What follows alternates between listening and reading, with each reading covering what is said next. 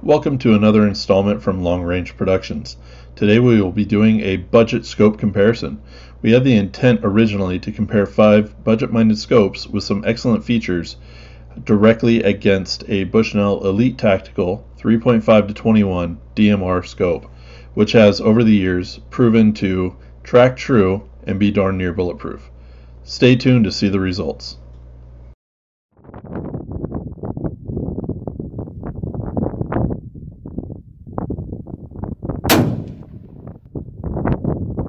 Alright, I pulled that just slightly to the left, but elevation looks good, so I'm going to go ahead and dial in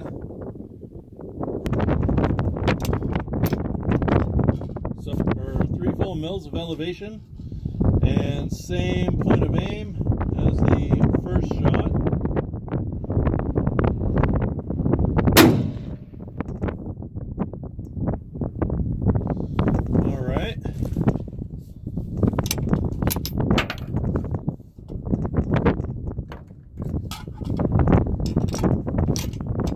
Now we're going to go right 1, we'll call that 2,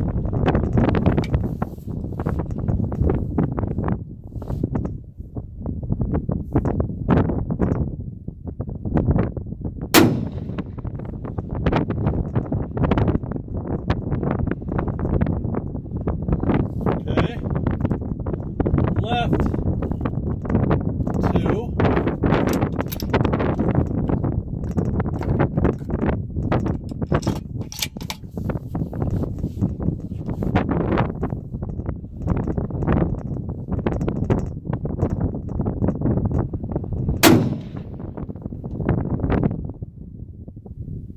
okay,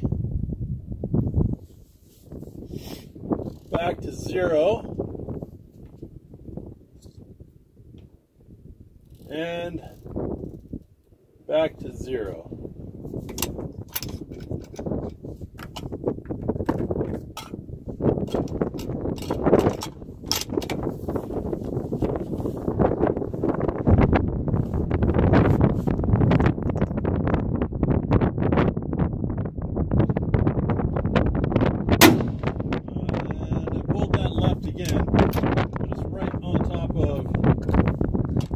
Round, or the first round, so I'm going to fire one more, because this wind is just pushing my whole shooting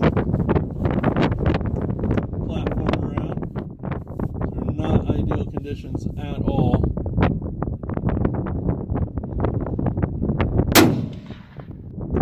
There we go. Pulled that one slight left and down. It looks like it's exactly where I saw the crosshairs when I broke the trigger, so we'll call that good for now. Next scope up for testing is the Athlon Argos BTR in 6 to 24 by 50 with mil adjustments. The scope overall is quite nice with a lot of features that you usually find on much more expensive optics, such as reticle illumination and being first focal plane. MSRP is $445 with the street prices being closer to $330 at the time of filming. The turrets on this optic feel quite good overall, but the magnification adjustment is very stiff and somewhat of a pain to turn. The illumination also leaves something to be desired. I like the fact that it has the ability to illuminate the reticle, but the execution was poor at best, with tons of light pollution spilling out of the crosshairs and all throughout the image on all but the lowest of settings. I also want to mention that while this optic does not have a true zero stop, you can add a makeshift zero stop, and Athlon will provide you with the necessary shims, free of charge, which is a very nice bonus. Overall, I like this optic, but I do want to give a fair and honest review.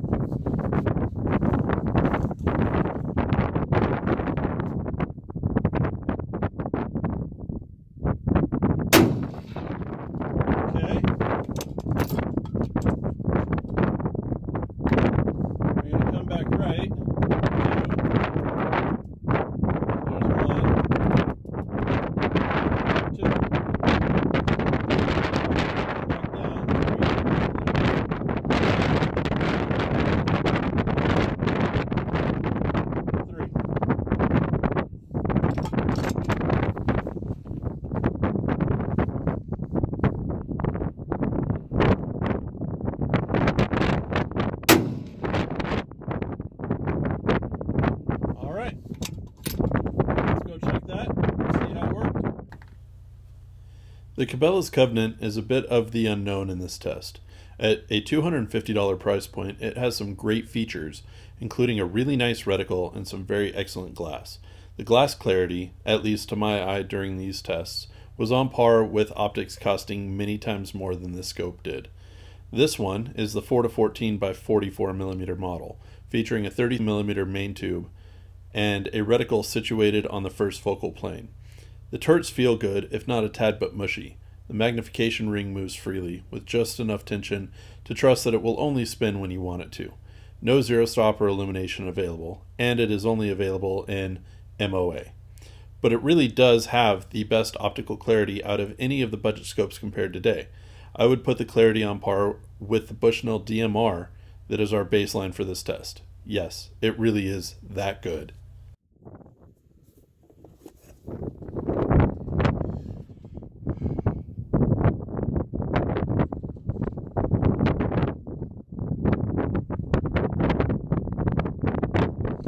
Alright, now up is the Cabelles Covenant 4-16 by 44. Excuse me.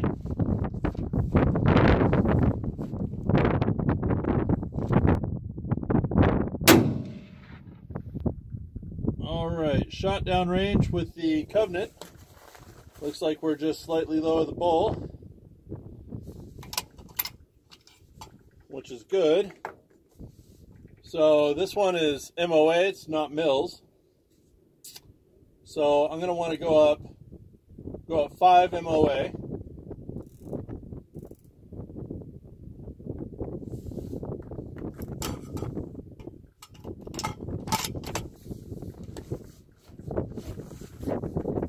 Sorry, 15 MOA total.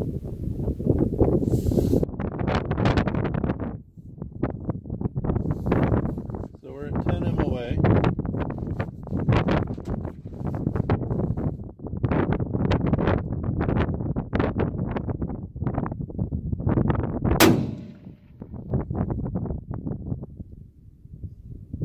Okay.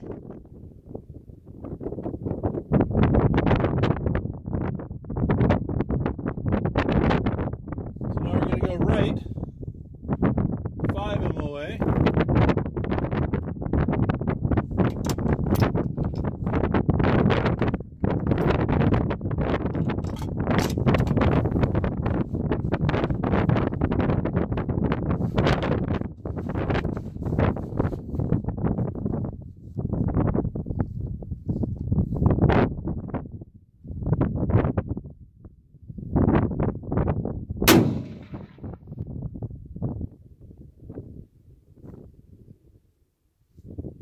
Okay.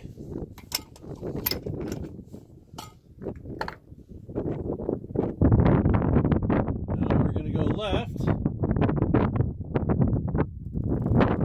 It's 5, and then we're going another 5.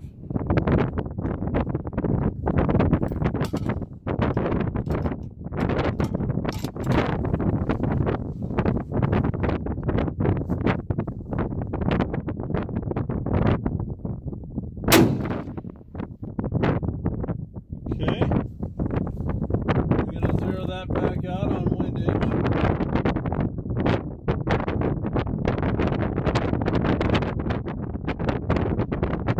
going to come down 10 mils again. There we are.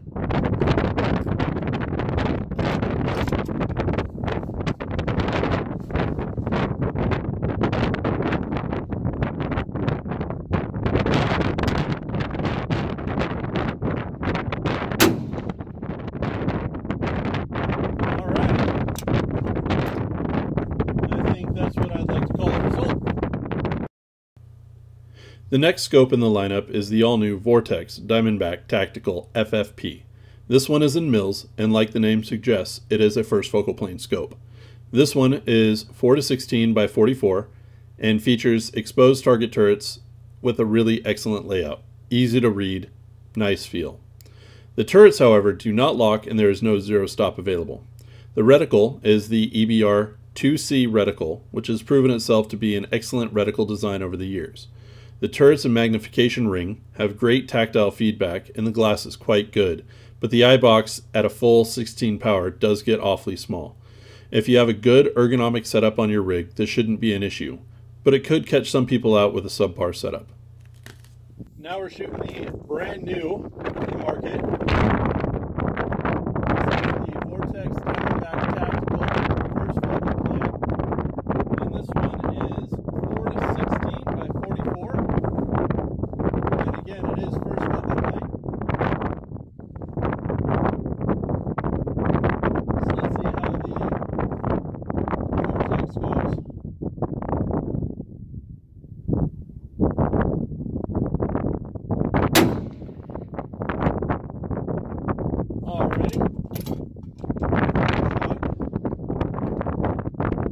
Just to the right or the left of the aiming point, but hardly anything at all.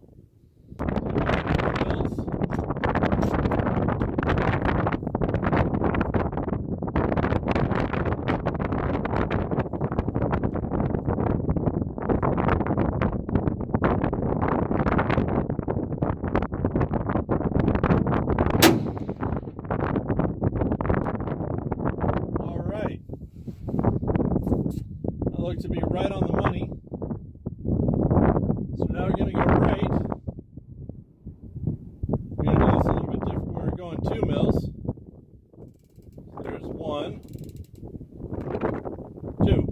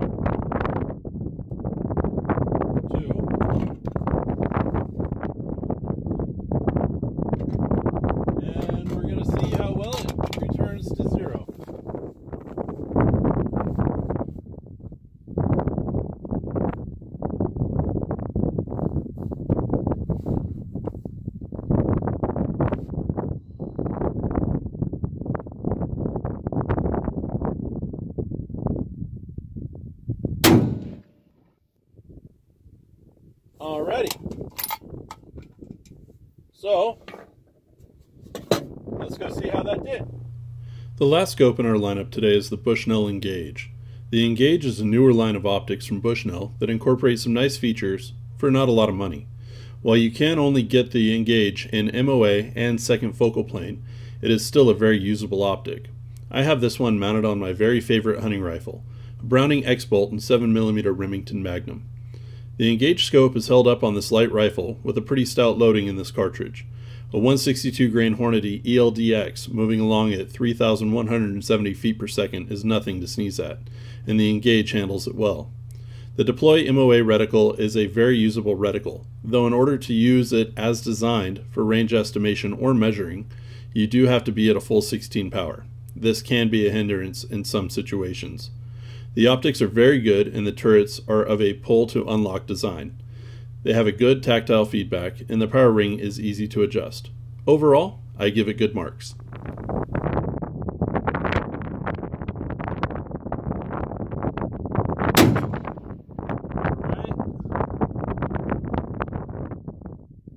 So it looks like it's about a half minute right, which is fine.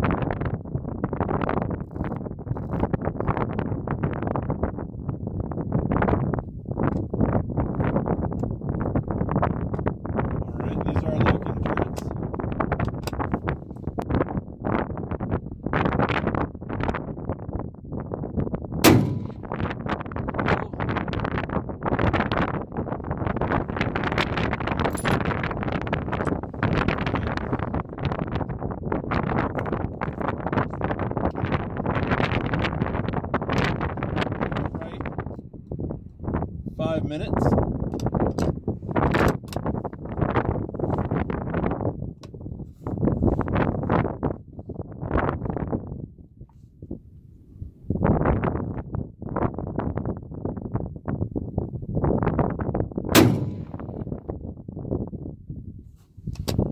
Okay.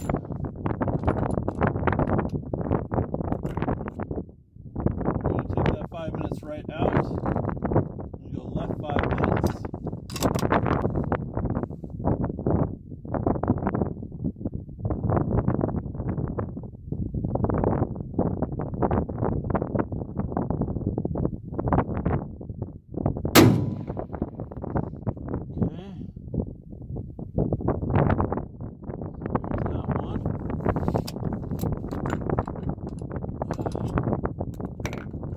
Now, take everything out. And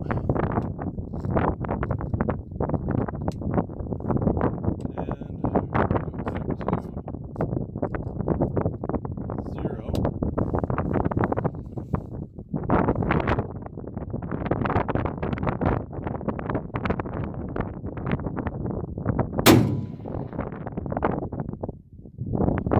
Felt like I pulled that one to the right.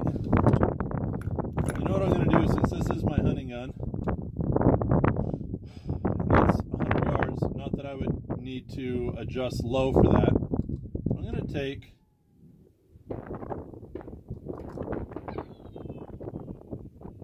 full 5 minutes out. So 1, 2, 3, 4, 5.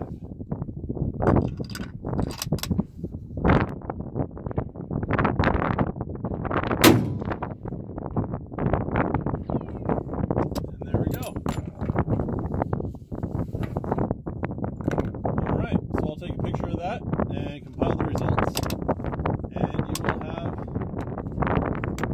all that in front of you coming up right next. All right, and now that we're back home, what does all this tell us? Well, I think the most important thing that it tells us is don't go out and shoot on a day as windy as that and expect to shoot from a platform without major shot disruptions.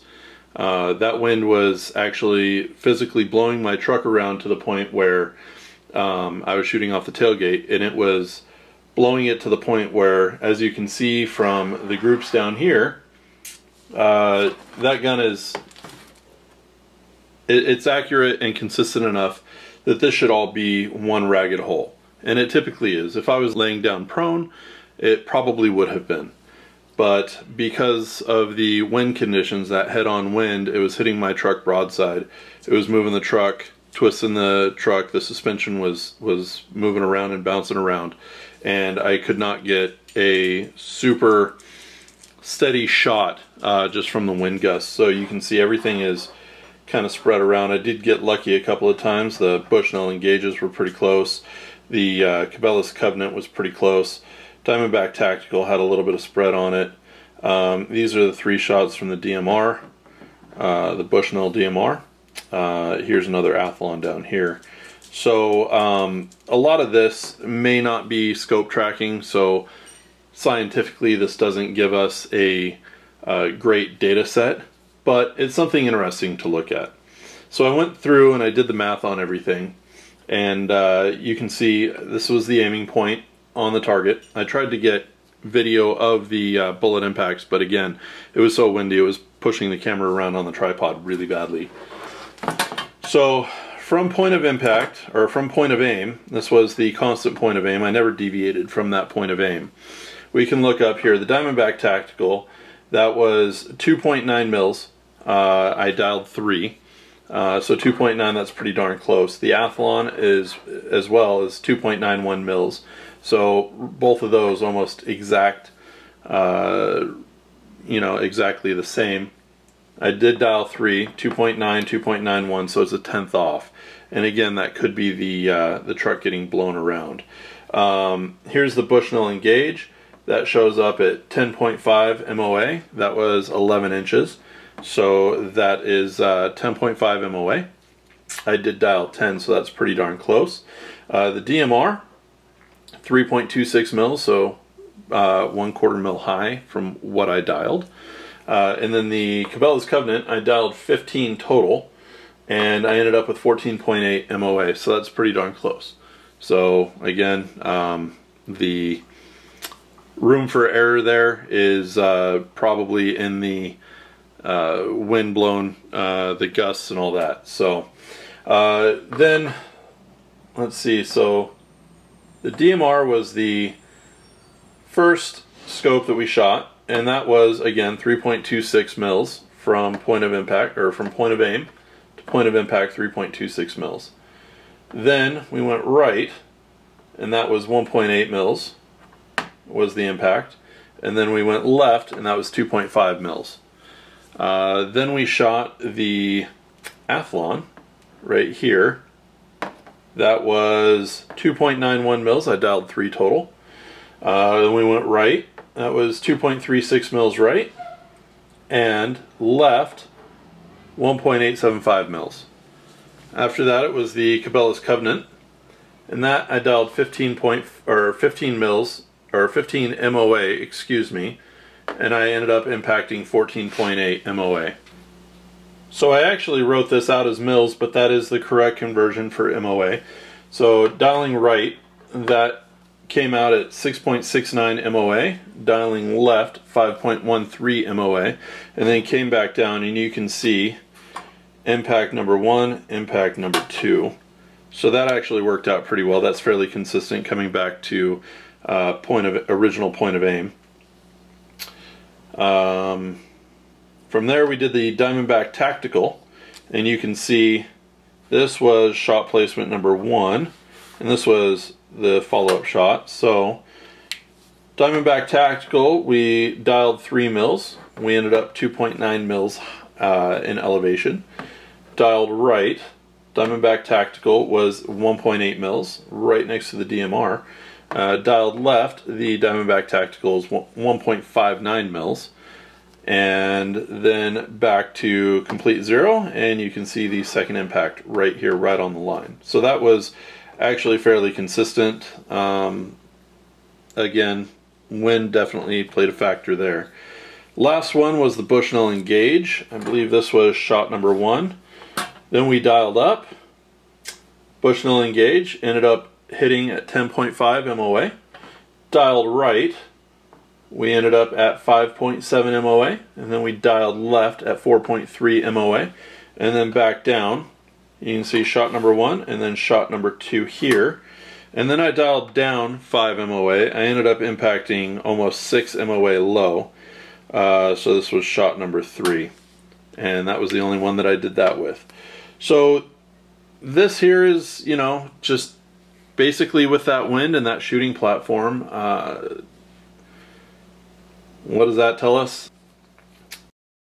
You know, it does show that dialing back down to 0 after cranking the turrets, they all were fairly consistent, so that's a good thing. They were also fairly consistent with my shooting. Dialing up, as you can see, they're all kind of grouped here. Dialing left and dialing right, all fairly consistent. So some of these shots were definitely thrown. Some of these shots were moved around from my shooting platform being moved by the wind. But overall, I would say they were all good performers, and I would trust any of them.